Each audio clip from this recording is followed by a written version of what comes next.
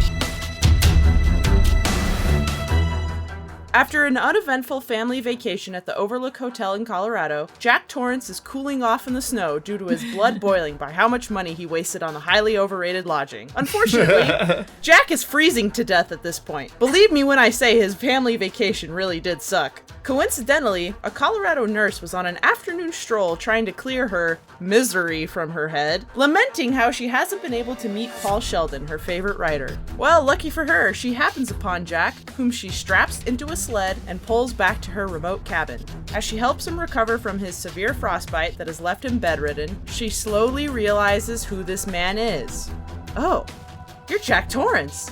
Jack's face lights up and shakes his head yes. Annie says, "You're my second favorite writer." Jack's face darkens and shakes his head side to side. "Do you know how to write romance novels?" "I hope so, because you're going to write one for me right now, and it better be good." Jack murmurs, "Fuck," under his breath and realizes he cannot stay here. "What did you say?" Duck. I just really like ducks." So, Jack's goals are to convince Annie that he did indeed say duck instead of fuck, and also either charm her for long enough to escape or get her to let her guard down so he can murder her. Annie has to be able to see through his lies and charm and counter-murder him. Simple, right? Additionally, each team will be using the movies Misery and The Shining as their only source material. So, who will be more murdery? I don't really even care to know because I'd rather hide under a pillow and scream la la la la la, but I have to judge this week, so I, Liz Logan, will, be your judge. On Team Jack Torrance are Miles Schneiderman. What do you think, Claire? All it needs is a title. I'm thinking something like "No whiskey and no winds make Miles something something." Go crazy? Don't mind if I do! And Claire Mulcairn. Claire's not here right now, Mrs. Logan. I hate this. On Team Annie Wilkes are Kit Mulcairn. All work and no escape makes Jack a dead boy. And Megan Bob. Smashtoberfest is alive! Smashtoberfest is alive! This whole podcast is gonna be full of screams! Oh, I'm gonna go put on my Liberace record. In order to determine who goes first, I asked both contestants to visit the home of George R.R. Martin and see who could get the last 2 books of A Song of Ice and Fire out of him. Jack threatened GRRM with a mallet, but ultimately was distracted by the softcore porn in his novels, as well as all the alcohol and drugs he brought with him. Annie, doing research on GRM, read Game of Thrones and developed an intense love for Ned Stark, who was then promptly beheaded by the end of the book. Needless to say, that rage from Annie was enough to light a fire under GRM's ass to finish the series. Therefore, Annie Wilkes will be going first. Okay. Yes. That's really beautiful. Annie Wilkes. Annie Wilkes. Annie Wilkes. I summon thee. What? Go first. Well, we're not the Candyman. You know what? No. I'm into it. Annie Wilkes, Annie Wilkes, Annie Wilkes!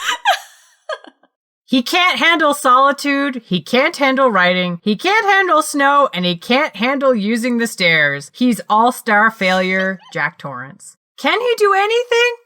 No, he can't. The Shining is a film about a hotel with an axe to grind. You felt it. You felt it in your cockles. You all enjoyed it. Jack is just the hapless writer who can't deal with life. He's no match for that hotel, and he's certainly no match for Annie Wilkes. He starts to lose his mind within a few weeks of being in the deserted hotel, and this is with 2 companions. His problem solving does not improve. His social skills do not improve. He just becomes unhinged and wears a lot of sweaters. Being locked up with Annie Wilkes is going to crack his brain like a walnut, and he will lose even his most basic problem-solving skills as he does in The Shining. When he screams at his wife, when she visits his man cave, when he sleeps all day despite his goal to write, when he sees ghost bartenders and goes back to drinking, an activity that he knows he shouldn't do, when he tries to make out with a bathroom corpse. Your Honor, these are not the actions of a man with the mental capacity to solve a Sudoku puzzle, let alone figure out how to escape the clutches of Annie Wilkes. Writing is a key part of his activities with Annie, and as we see in The Shining, Jack struggles with it. When Annie forces him to write, he will go down the emotional soul toilet that he goes down in the film, getting frustrated with himself and those around him. He viciously curses and yells at Wendy for interrupting him, using foul language toward the woman who brings him breakfast in bed. Wendy puts up with that, but Annie certainly won't. She will take none of his cursing and backtalk, Mr. Man. Not unless you want to get hobbled. Jack's insanity and self-loathing is a liability that causes him to lash out and be ungrateful. When Paul even slightly disagrees with Annie, as he does about the swearing in his latest book, she goes into a rage and only comes back to herself at the last minute. When Jack gets pushback, he just doubles down like he does in coming after Wendy on the stairs or axing through the bathroom door. Does anyone think Annie will tolerate that for even a second? She will snap him like a dusty breadstick. Jack doesn't even have weapon-using skills that show he'd be a match for Annie in a fight. She's got guns, both the bullet kind and the powerful biceps kind. He only has melee weapons, and 66.6% of the time he uses them, he utterly fails. I like those odds. Let's talk about Wendy, though, Jack's foil in The Shining, also his wife.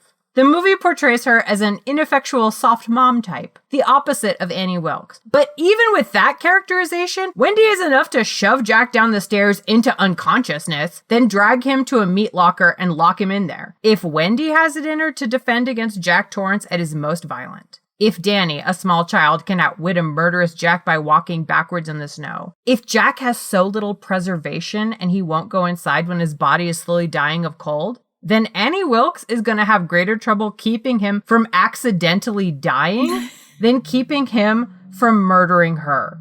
Jack has no skill to pick a lock to escape a room, no charm to try and get Annie close to him, not even the self-control and critical thinking to know that a naked woman in a deserted hotel is maybe not there to make friends with his penis. Yes, Jack can hack through a door. He can axe a visitor to the hotel. He can even get service at that notoriously exclusive ghost bar. And yet, he is defeated by a woman with no documented weapon-using experience, a small boy, and the weather. Let's be honest, he's no Paul Sheldon. He's an ineffectual, self-pitying misogynist with the intellect of a potato. One of the very first things we learn about Annie Wilkes is that she is a nurse. We later find out that she was a nurse. She is no longer a nurse because she murdered a lot of babies and also adults. Several dozen people overall, but was never convicted because of a lack of evidence. Unlike Jack Torrance, this will not be Annie's first time icing a dude. But Your Honor, I bring this up to see if you'll agree with me on the following. People with medical backgrounds are the creepiest, most effective kinds of serial killers because of their knowledge of the human body and what drugs and tools they should keep on hand. Throughout the film, Annie gives her prisoner painkillers under the guise of helping him deal with his jacked up legs, but it's also an attempt to get him addicted. She also injects him with some type of tranquilizing drug when she needed to search his room or move him without resisting. How, though, did Annie commit so many crimes without getting convicted? Probably because of the same trait that made it so hard for Paul Sheldon to escape her house in Misery. This psycho is meticulous. Every time she leaves, she locks his bedroom door. Whenever she's away, she removes the inside of her telephone, just in case her prisoner escapes and tries to phone for help. She keeps a small porcelain penguin on her living room table facing due south at all times. When Paul knocked the penguin off the table and tried to put it back where it was, that penguin basically ratted his ass out. She knew Paul left the bedroom because that penguin was not facing the right direction. So she knocked him out with a trank, searched every little crevasse of his room, found the knife he had hidden under his mattress, and then broke his feet for his own good. Because Annie out here just doing the Lord's work. While it takes Jack Torrance most of the shining, and a lot of ghost help, to become violent enough to grab a weapon, Annie's been cleansing the world one dirty birdie at a time for a long time before Misery even starts. She flips the F out at the slightest perceived slight, smashing furniture and even throwing heavy objects at Paul. The first time we see her lose her darn mind is at all the swearing in Paul's manuscript. Then when Paul tells her the paper that she bought for him isn't actually the good kind, she lashes out. With how often we see Jack being a total cockadoodie at his own wife in The Shining? Shoot, Annie's gonna get fed up with that dirty birdie so quick, he won't have time to plot his escape. Even if Jack has enough sense in his head to actually try plotting, Annie is so good at lying, she effortlessly does it on the fly to both Paul and Sheriff Buster to great success. But not only will she be great at lying to Jack whenever it's necessary, she'll also be able to catch him in a lot of lies. After all, she's his #1 fan. In Misery, Annie shows that she has memorized everything she could ever find about Paul Sheldon's life, from author biographies to magazine interviews. Everything you could possibly know about a celebrity, she knows about the author she is obsessed with. In this scenario, that author is Jack Torrance. And Jack Torrance is either going to die or finish writing his manuscript, then die. With Annie. Oh, how romantic. Well, I'm even unhappier than before. Just can't wait to not sleep tonight. Let's go to the other team now. Here's Johnny! In the film Misery, Annie Wilkes falls in love with and is slowly out-manipulated and ultimately killed by Paul Sheldon, who is kind, soft-spoken, and timid. In the scenario we have today, she is mashed up against a very different sort of foe. Not a milquetoast everyman, but in truth the exact opposite, Jack Torrance, who I would like to argue is the rare category of protagonist that I am henceforth dubbing a no-man, a being who, unlike an everyman, in no way resembles any real person who has ever lived. The no-man is often played by someone like Christopher Walken, or Nicolas Cage, or in the case of this match today, Jack Nicholson.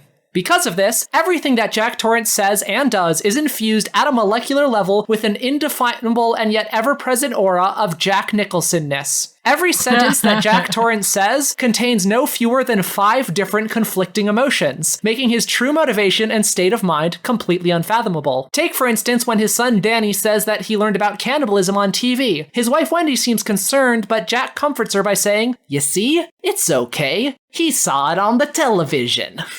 When she tells him that writing is just a matter of settling back into the habit of doing it every day, Jack responds with, "Yeah, that's all it is." His words say one thing, his delivery says another thing, and his face says like 6 different things. Is he lying? Is he telling the truth? Does he really love me? Is he planning to kill me? When your face is in a continuous state of portraying all possible intentions at once, you essentially have a reverse poker face. Instead of never showing any emotion, you constantly show all emotions, but the result is the same. The more you look at Jack, the less you know about him, but the more you want to know. In addition to his intriguing and enigmatic aura, Jack Torrance also has one additional undeniable edge in this match that Paul Sheldon did not. Paul is a nice and honest person and not used to lying or playing with other people's emotions. Jack Torrance, on the other hand, is a controlling and abusive force of nature in all of his relationships. Now, obviously, this makes him a terrible human being, but this isn't a battle of who's a nicer person. This is a battle of who is the deadlier Stephen King villain. Who is the better liar? Who is the better manipulator? Who is better at taking control of an unhealthy relationship? We think about The Shining as the story of a nice, normal man who slowly over the course of the film becomes driven insane by the spirits of the Overlook Hotel and his family, which goes from being completely loving and trusting at the beginning of the movie to becoming scared of him and ultimately trying to flee from him as he tries to murder them with an axe. But in truth, if you look at the story beats of The Shining, it is not a story of progression towards violence, it is a story of a cycle of abuse and apology and forgiveness and more abuse.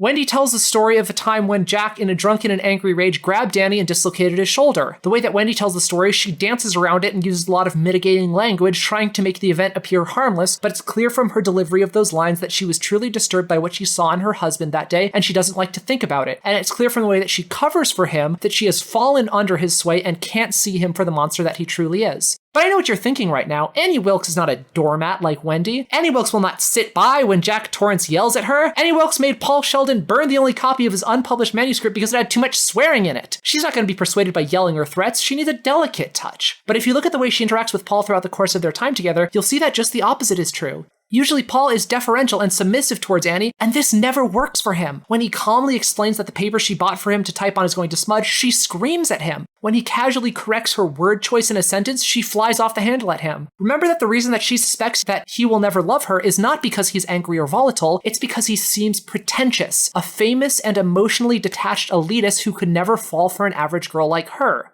When does he successfully manipulate her? I'm going to quote a scene for you when Annie almost catches Paul with some hidden contraband. He's clearly sweating and looks nervous, and Annie accusatorily asks him what he's been doing. Paul responds, "You know damn well what I've been doing. I've been sitting here suffering. I need my pills." Annie says, "Poor dear, let's get you back in bed and I'll get them for you." Paul screams at her, "I want my pills now! No!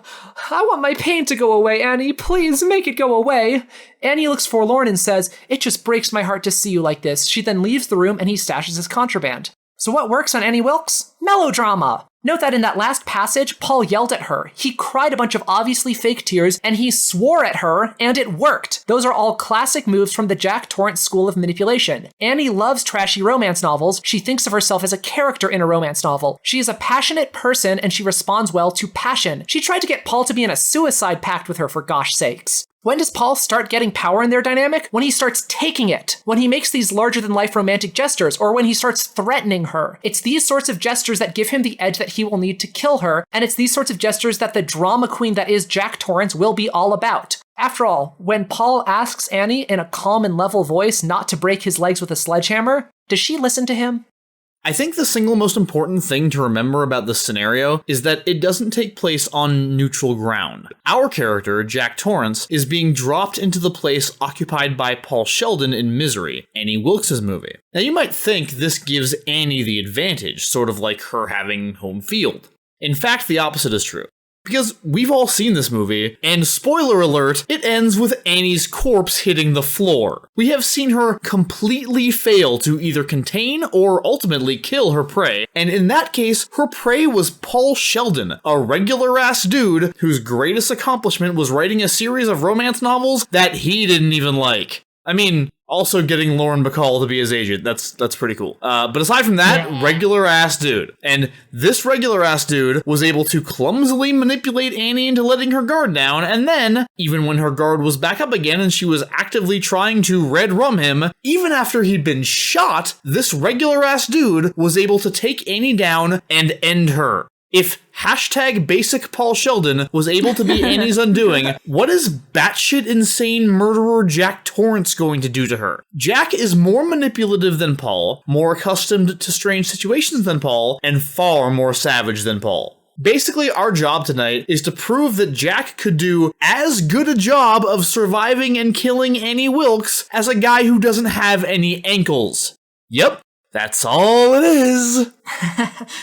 Now, Your Honor, if I were in your shoes, I think my partner's arguments would probably already have been enough to definitively demonstrate that Jack Torrance is more capable of murder than a man whose most notable character trait is that he occasionally smokes. But I want to take what Claire said and apply it directly to the scenario. For example, Paul Sheldon woke up into a situation that gradually revealed itself as being fucking insane. He was trapped in a remote location, cut off from the rest of the world, with nothing but a psychopath who seems kind of obsessed with him for company. Needless to say, he was pretty shaken and unsure about this whole deal, and his mental state was nowhere near what it needed to be to take on a Category 5 crazy storm like Annie Wilkes.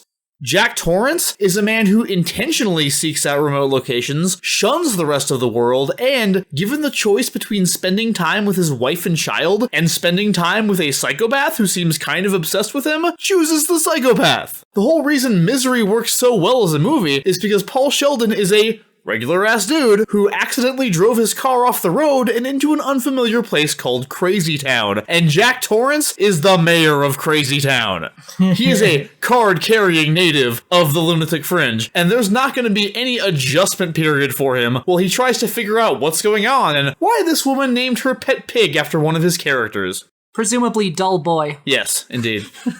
Jack will comfortably and immediately slip into the current of the scenario, either seamlessly playing along with Annie and her twisted fantasies, which is one way of fooling her, or establishing himself as the dominant personality by yelling at her to stay the fuck out when she hears the sounds of typing, which is one way of getting Annie to do what you want. Paul's only success, as Claire mentioned, with getting Annie to listen to him is by indulging her, like he does with the whole "we'll do the murder-suicide after we finish the book" thing, or by yelling at her like he does when demanding pills to ease his pain. Jack does the yelling thing just fine, obviously, and he's by far a better manipulator than Paul. After all, Jack has a long history of pretending to be okay despite being categorically not okay, and he retains the trust of his wife and son despite incident after incident of erratic violence. Danny only figures him out because the kid is psychic, and Wendy is still trying to help him after he tells her, this is a quote, "I'm going to bash your brains in." Just compare the scene where Jack is still manipulating Wendy after she's knocked him down a flight of stairs and locked him in the food cellar to the scene where Paul is pitifully pleading for Annie to please not make him burn his manuscript. Spoilers again, Paul burns his manuscript. Jack gets out of the food cellar. This is because, on some basic level that stems from being by nature an abuser, Jack understands power and where power lies. This isn't the case with Paul. It takes him until the very end of the film to realize that Annie's desperation to read his novel gives him power over her, despite all appearances to the contrary. Jack will not give Annie that much time. He will quickly realize that he, and only he, can give her what she wants, and he will act accordingly, with all his considerable cunning and insane immorality. All Annie desires is for Jack to work on a novel just for her, but she will soon realize that all work and no play makes Jack a deadly boy. Sorry, kid, didn't mean to ape your stinger there, it just kind of happened. I said it first. Mine's the only one that matters. I mean, when did you write it is the question. Probably before you. Probably before me, that's a good point. Yep. All right, let me get my timer because now we're moving into the rebuttals. And backstabbing. Go ahead, Annie. You said that, like, Wendy is, like, a doormat character.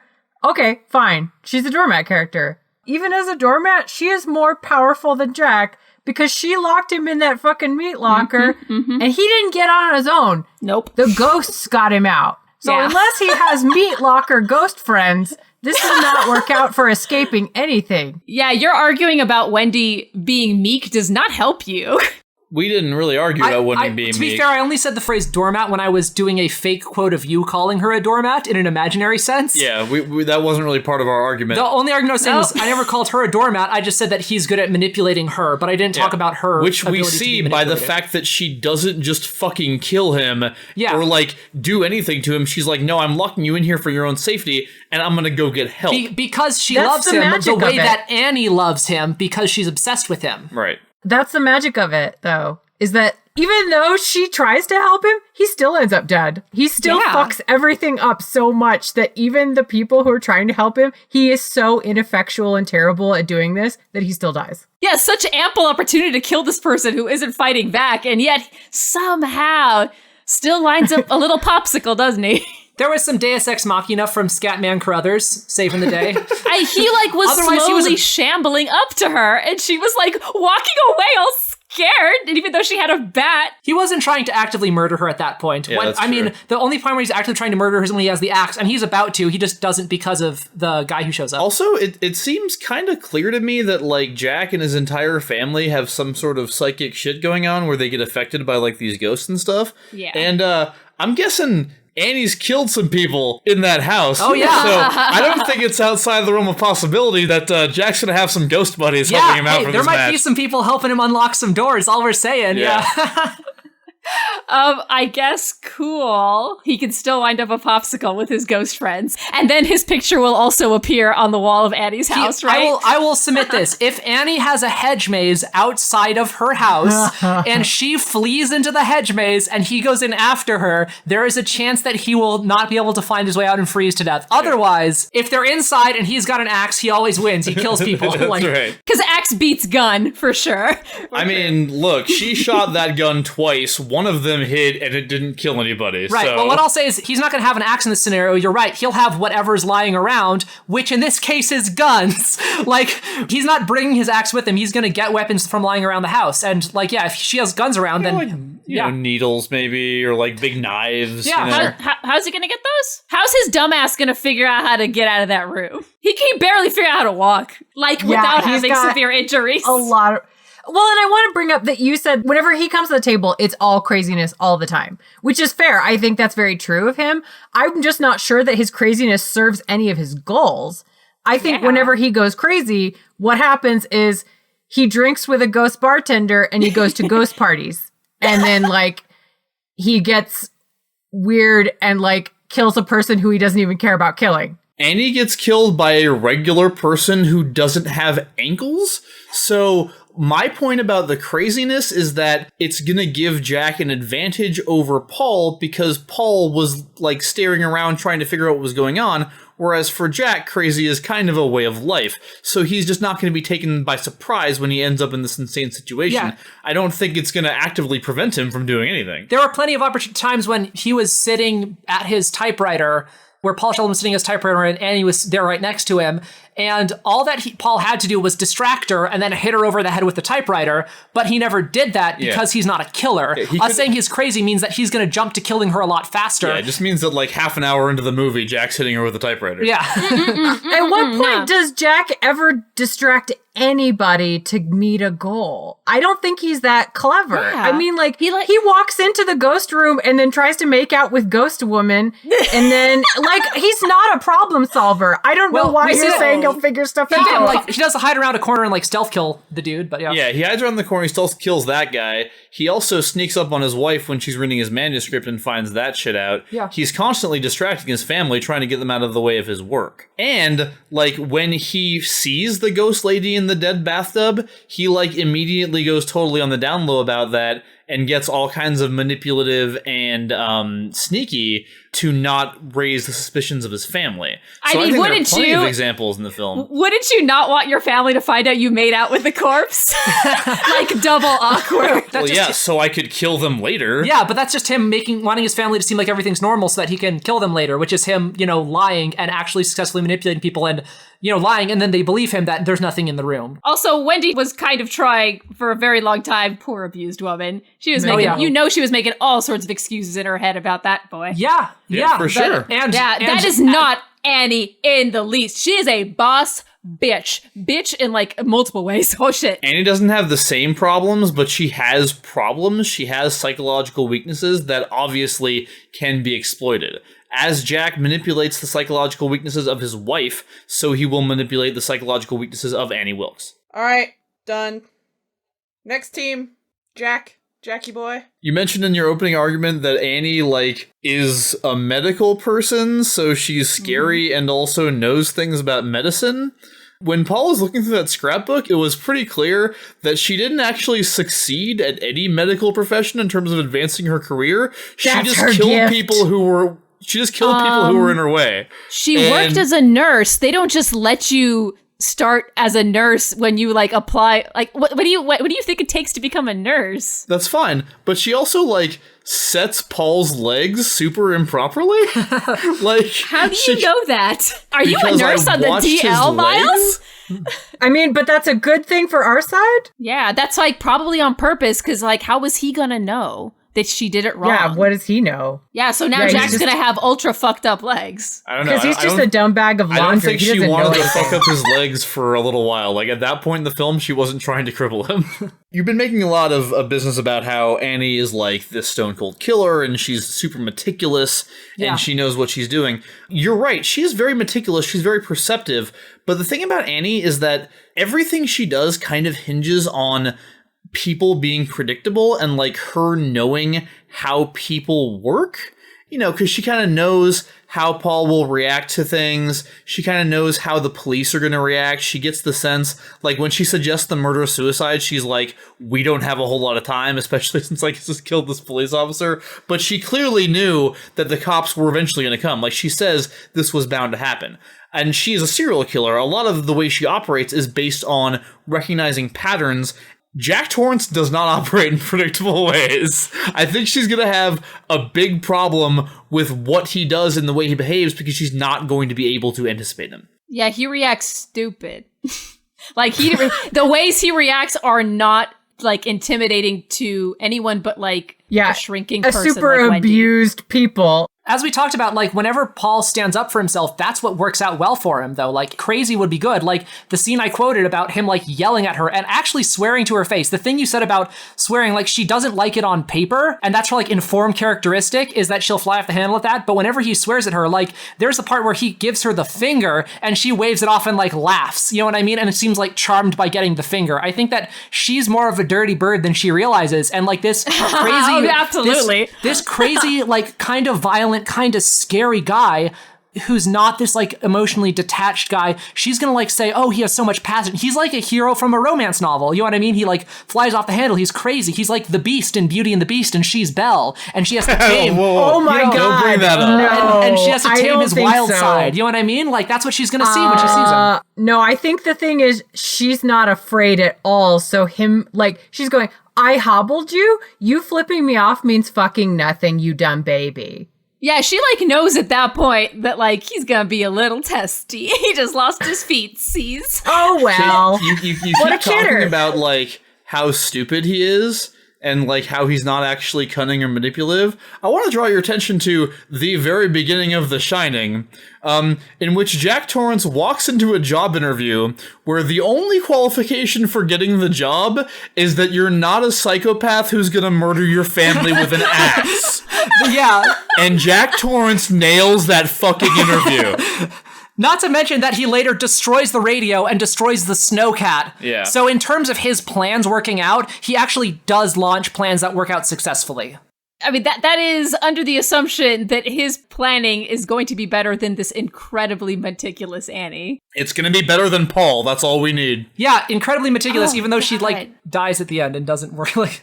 Yeah, so does he. I mean, well, look, We're all Disney villains. We're all Stephen dead King villains villains here. Stephen King villains. All right, well, I don't want to do this anymore, so let's move on and go to something that has a little more light, but no shining. The lightning round! Weather. If only I had known about this due to my shitting. Yes.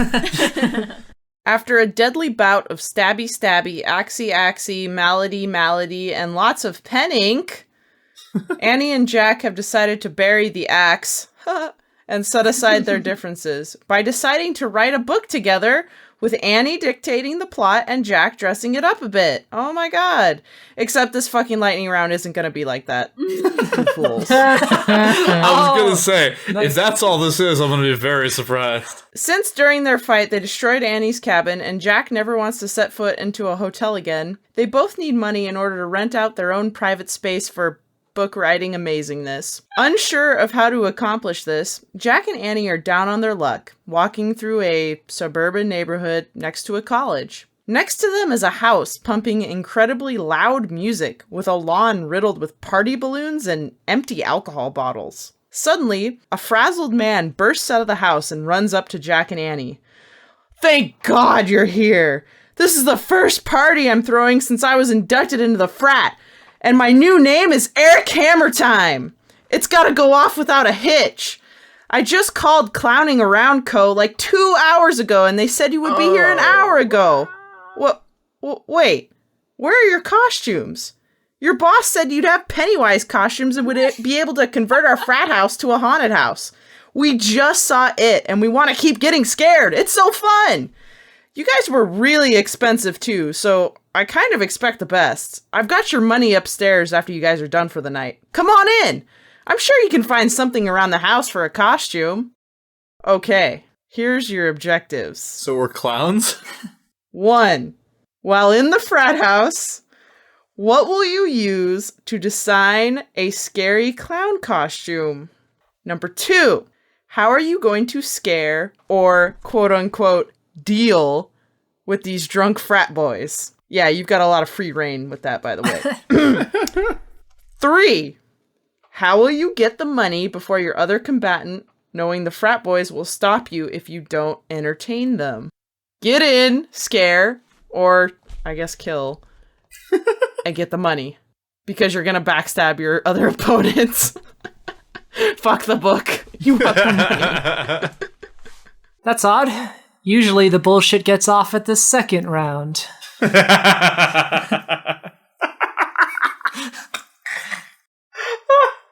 Oh god, that was too funny. I'm glad you enjoyed that. Since Team Annie went first in the main round, Team Jack will be going first in the lightning round. Jack he's gonna go looking through, there's like a closed donation bin that like the frat has. They're like doing some like good work and stuff. So he's like digging through all the different clothing, and he comes across this old wrinkled purple suit that he finds and has like a green tie and a little flower. Yeah, he finds a green wig. Yeah. Yeah, some clown makeup. And yeah, he does manage to get some like white clown makeup. And so he puts that on. And he's applying the lipstick with like, the red. He's not really very good at it. He doesn't have that. He's like, the frostbite means his hands still like tremble a little bit. And so he ends up making the smile a little too big. Yeah. But if anybody ever comments on it, he just asks them why they're taking the whole thing so seriously. Yeah, exactly. So, when Annie was trying to fix him up from the frostbite, she was performing some like impromptu like surgeries and like amputation stuff. So he's got a lot of scars, and people sometimes ask him about how he got his scars. Yeah. Yeah. So. Yeah, and I think definitely to entertain the people and kind of, get the money and everything, he's going to be putting together several like amusement park kind of variations type thing. Only, maybe a little bit more deadly than usual. Yeah, not following all of the safety regulations. Yeah. There'll be a dummy that you have to like you'll get like blindfolded and you have to like throw knives at it. But what he doesn't tell you is that when you have the blindfold on, the dummy you're throwing the knives at is actually another member of your frat. Yeah, exactly. Who's been coerced into this by, basically pledging, essentially. Yeah. He'll have a beer bong that like gets hooked up to your like mouth, and then like it goes all the way down your throat, and then he'll like just pour beer down it and like force feed you like a goose, like he's making pate. Yeah, he like this guy wants to be kind of an edgy clown. It's a frat party, right? Yeah. So you can't treat these people like they're kids. So naturally, the dude starts passing around a little J, and Mr. J. Yeah, there's a little Mr. J over there, and God, maybe writes a little name on the side, like Fat Blunt 69, something like that, yeah. And only it's a little bit different than your usual marijuana cigarette. All I will say is that it'll definitely put a smile on your face. You might not be doing anything after that, ever, but it'll put a smile on your face. How are you going to get the money? He's actually going to coerce a bunch of different of the frat boys into putting on clown masks, and they're going to do an elaborate heist. I was going to say. And he's going to secretly make each one kill off another member. And at So the happy end, we're on the same page about this. yeah, and at the end, he's going to get away on a school bus. Like, it's fine. Yeah, absolutely. He's going to, like, the frat boys that are left, he's going to be like, all right, look, guys, now some of you get to join my crew, and we'll all split the money. Yeah. But you've got to kill your buddies first, and Yeah. the ones who do are the ones he wants with him, and then they'll just walk away with the cash and start planning more elaborate heists. I don't know what we would call this character or this movie after the fact, but if anybody has any ideas, I think maybe we can publish it maybe in like some kind of like visual storytelling medium. And like maybe when there's a movie of it, get a famous actor to play it. Sounds good. Yeah. Very, job. very good. that was highly entertaining. I think it might have been too subtle, Miles. I think we might need to make it more obvious what we're doing. You think maybe we should get like a really big, like elaborate rubber hammer and like bring it down on somebody's head and like kind of cartoonishly jar them and vibrate them? Yeah, that sounds good. All right. All right, Annie, what's your plan of attack? Oh man, it's pretty diverse. So there's a lot of trashy romance, so we're thinking like kind of to evoke a lot of the cultural anxieties and terror that Annie has, but also, you know, get in some of the fun stuff that she cares about. We're thinking some trashy romance, but like nurse trashy romance because she's a nurse. So kind of like sexy but scary. So she has like a bandolier of condoms because nothing is scarier than teens having sex. And then also like her nails they have embedded in the tips are like hypodermic needles because you know ready to go like tranks. Yeah, it's sexy but also scary sometimes. Yeah, just imagine like a clown costume, but like, you know, a little bit like sexily ripped, like on those covers. Yeah, I mean like, but particularly ripped Also so you big can old see skirt. how fucking beefy her arms are. Like those frat boys, she can bridal carry all of them at once. Also, how's she gonna deal with those frat boys? Well, she's gonna put them under with the tranks. Let's be honest here. They're gonna wake up hobbled in bed, but she will help the English majors pass their exams. She's not a monster. She's got a talent. I mean, she's gonna make all of them write. I probably at this point just fan fiction for her. It's just gonna be like a massive fan fiction mill because you know none of them are her favorite writer, but she can make them read the story of her favorite writer. And then they can just produce like terrible pastiche after terrible pastiche until they heal. She can't get the real thing. She's going with the 99 monkeys on typewriters theory at this point. I mean, I don't know. As we've all described frat boys. Yeah. She is such a gift for actually writing. These boys are actually going to become world famous authors, and they're actually never going to heal. She's going to keep hobbling them. But to get extra money, she's going to also occasionally force them to write home to their rich parents asking for more money. Then she takes the money, profit forever. And she's just going to like publish everything they write under her name and then collect all the royalties. She's in it for the building a game, media empire. All right, how are you gonna get the money? Fuck the original money. She's gonna make money off of these boys for like the rest of their at least college lives. Okay. Yeah, okay. I mean, until they stop being cute. And then she's gonna like trank them a little bit more and then put them in the dumpster where they belong. Oh, Jesus. Whoa! So dark. Wow. Very dark. Okay. I think we learned a little bit about everybody today. Yeah. I'm gonna leave now. Bye! Okay, so can we talk about how great of a character Buster is? Oh, he's so great. but- Him and his deputy are okay. such relationship goals for me. Like, it's just... Yeah. The old couple? Yeah, they were so great. I gotta say, They're- I was honestly super disappointed when I watched the movie again, and I was like, fuck Paul. I don't want Paul killing her. I want the wife killing her. Yeah, like, yeah. I want her Yeah, showing right? up with a shotgun and getting revenge. Yeah, it's a crime that they never touch on what happens with her. Yeah, they never have go such back to her, Yeah, right? it's a shame, but yeah. I kind of discovered that Stephen King really likes to kill off the character that helps the protagonist, which is a very good horror trope. I mean, yeah, it happens to old Scatman in the other movie, and then, I think it happens in Salem's Lot. I don't know if you guys remember, but so I was going to suggest this match, and the story for why I came up with this one's actually really silly, because I broke my leg like a couple months ago doing roller derby, and I decided to have a broken leg movie marathon, which consisted of Rear Window, Death Proof, and Misery. Oh my god, that's amazing. Why would you do that to yourself? Because those are all great movies. One of my friends and I were just talking, we just had this silly idea of like what I was going to do while my leg was broken. And it was hard for me to watch the hobbling scene, as you might imagine, That's with rough. a broken leg. So yeah. I rough without thankfully broken knew leg. about it ahead of time, so I did not look at it. no. I just kind of heard it. And then I was like, we have to have Annie Wilkes in a match because she's really cool. Like She's great, right? and Kathy Bates plays the shit out of her. yeah. That Oh my said, god. Kit, your blasphemy via text message is just, I don't even know what you're talking about, Yeah. dude. So Miles likes The Shining more than Misery, and Everyone I don't. likes The Shining more than Misery. I am not a They fan of do? Kubrick. I've discovered. God. Kubrick is so self-indulgent. I just can't with him. God, he's a different thing. He's so different. I will give you this, Kit. I will say that Misery is more successful at being a conventional movie.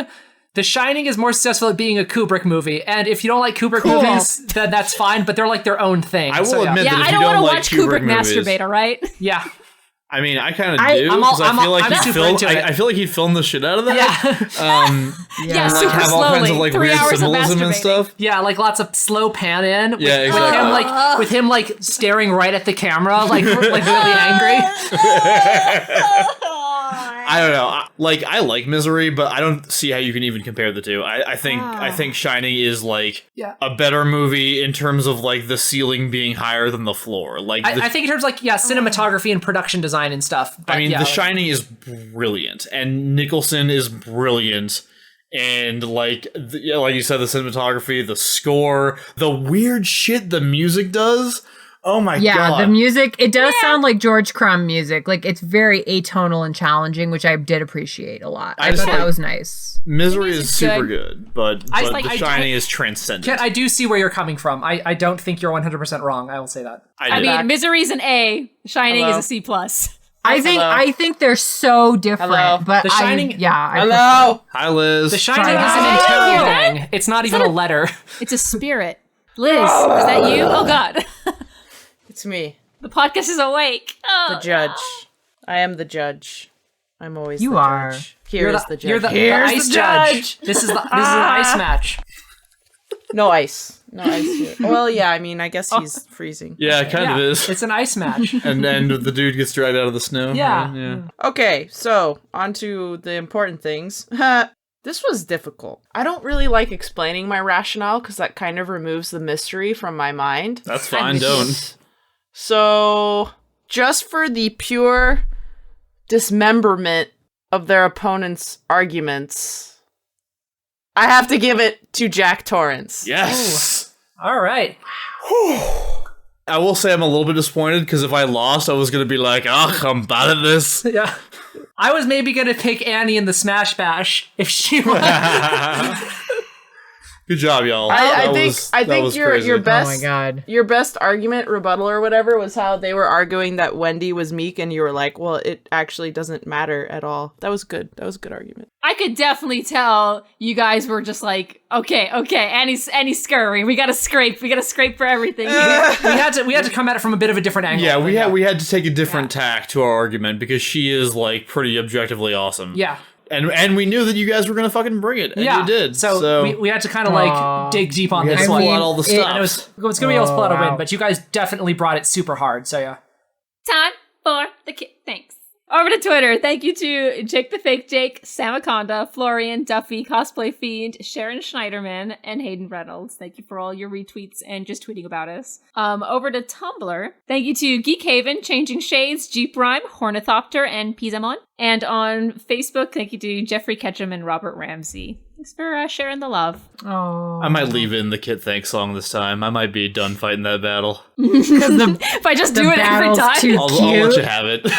Too perfect. So I want to say thank you to all of the awesome people who have been sending me super supportive emails and tweets and stuff about me coming out more prominently as trans and switching my name and my pronouns and stuff around. Everybody's been super supportive and awesome, and it's been great to hear from all of you. So thank you very much. Yeah, you guys are the best. Yeah, there's nothing but love. You're the best. We have the best fans. Liz, is there a reason you wanted me to dress up like a clown? Oh God! Okay, well, that brings up more questions than answers. I wanted to thank our featured patron this week, Eric Hammerstrom, who donated at $1 a month or greater and was therefore worked into the storyline. And also, now that I'm here, I wanted to bring up the fact that we have 2 new iTunes reviews to share. Yay! Man, nobody else gets to read the fucking iTunes reviews. It has to be you every time. Look, even man, when you you're can do not it on if the you episode. want. No, you can do it if you want. Yeah, No. Dan's the one who looks them up. Yeah, I'm the one who looks them up and makes a note of it. I actually don't think I even know how to do that. So yeah, you There you go. So, and now we understand how the world works. So the first iTunes review comes to us from Araceli Saskia, I think is how that's pronounced. She gives us 4 stars, interestingly. Oh, interesting. And her review is titled Doom! Parentheses, and Science in Space. Doom! So, clearly trying to pander to Liz. And she says, this show is an absolute delight. Just the right amount of absurdity and analysis with some wild mass guessing and no prizing thrown in. If you love Who Would Win questions, other nerdy personality and analysis-based podcasts like Explain the X-Men or Tighten Up the Defense, or just listening to a bunch of witty and enthusiastic dorks argue about nerdy crap while punctuating their arguments with shouts of one-word catchphrases, this podcast is for you. And then she notes parenthetically, as the title might imply, there are some slashfic elements to it, which make me kind of uncomfortable as someone who's sensitive to the issues of fetishization in slash fandom. That said, it's still most excellent and doesn't go beyond a few squicky moments, and it's significantly decreased in recent times. So either that means Bob has to step her game back up, or, you know. I, too, am sensitive to the issue of fetishization, so, but I mean, you can follow me on Tumblr for more information about my vast and complex feelings about the world. I'm curious, like, what are some of the issues about, like, fetishization and stuff that, like, would upset people? That primarily it'll be male or sometimes that it's done that it's not treated as true relationships, that they're treated as props to a kind of end. But it's very, very, I would say it's vastly more complex than that, and that the motivations and reasons why people do the things that they do and write the things they write is like, oh man, it's a deep, deep, deep well. And then you're like, well, I don't know. Can we start policing what people do or like? Well, you know what's funny is that when we came up with a name for the show, that wasn't in our thoughts at all. I think it was it was a little bit in that it was a play on the term slash right. fiction. I don't think we'd put that much in. I mean, the thing I would say is if we say something that like squicks you out or rubs you the wrong way, please write in and tell us, because I'm honestly not always sure about what content's going to be over the line for some people. So like if you're a listener and we say something that like bothers you or rubs you the wrong way, please let us know, because I was just thinking that over and that was kind of a blind spot. It didn't occur to me that might upset somebody. So like, yeah, send us an email. Yeah, and we want to get better. Yeah. So, you know. Yeah. We ultimately might not agree, but it doesn't really hurt to like let us know. Like, we can have an intelligent conversation We're not about jump down it. your throat or anything. Right, like if we go over anything in the line in terms of, you know, whatever race or sex or fetishization or anything. Australian accents, anything that bothers you, like, let us know, because we want to be better. So, you know, and we like to all have fun here, but sometimes we might step over the line. So we had a lot of fun here today. Yeah. But fetishizing fictional characters is no joke. Yeah, and I've been in the slash community for a really long time, so I'm very interested in how people perceive it and like what their issues with it are. So I will straight up say we are not going to respond to just straight up constructive criticism. That's about the only thing. Like if someone just writes angry things, it's like, well screw you. You know, you got to speak intelligently. All right. And on a similar but slightly different note, our second iTunes review comes to us from Fortabari, who gives us 5 stars and titles his review, Less Boring, More Yelling. Yeah. And the review goes, I stumbled on this podcast a while back and I absolutely adore it. You can tell that all the hosts are good friends, and even after a heated debate, always end up with a laugh. If you enjoy well-researched debates about characters from video games, TV shows, movies, and even animes, and he spelled that very phonetically, this is the podcast for you. If you enjoy a bunch of friends BSing for an hour, this is also for you. They also run an RPG on the side that is very enjoyable, so you should definitely listen to this and support these wonderful people. Aw. No. Yeah. Thanks, guys. Oh, thank That's you. nice. Thank you for listening to this episode of Smash Fiction. Next week, the Scooby Gang versus Five Nights at Freddy's.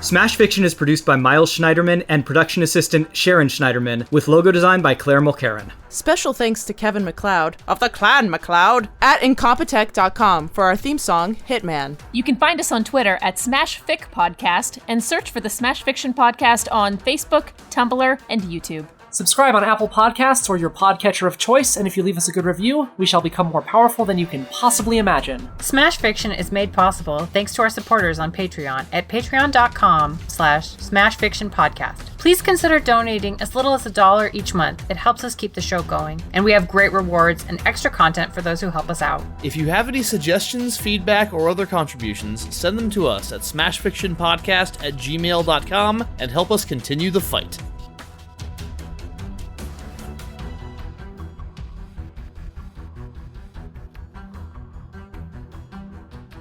Y'all, I have to just share this moment where, like, you guys were saying, like, this was a really close one, and Dan was nodding, and then I flipped him off, and then he did the, like, Annie, like, you. That's beautiful. I'm gonna murder you. I mean, I'm gonna hobble you and like, murder you. you had this, you really wanted, like, Buster relationship goals, and you're like, you know what? I'm over that. It's not what I want anymore. I'm Annie relationship goals. I'm actually kind of hoping hoping how she murdered her husband. I'm kind of hoping that Annie and Jack actually just fall in love and they end up very happy together. So There You you go. know, they might be perfect for each other. yeah. Like, Annie will get the suicide that she wanted, the double suicide. Yeah, that that's she wanted. true. Oh, you know what? Normally I'm the one to suggest shipping, but thank you, Claire. That was really nice. You've been falling asleep at the wheel on that lately, Bob. We've been having to pick up your slack. I know. I haven't felt that strongly about the chemistry between a lot of the characters lately. I felt That's like they're more legit. friendships. But I mean, I feel like I'm gonna get a lot of sex mileage out of this whole Five Nights at Freddy's Scooby versus everybody.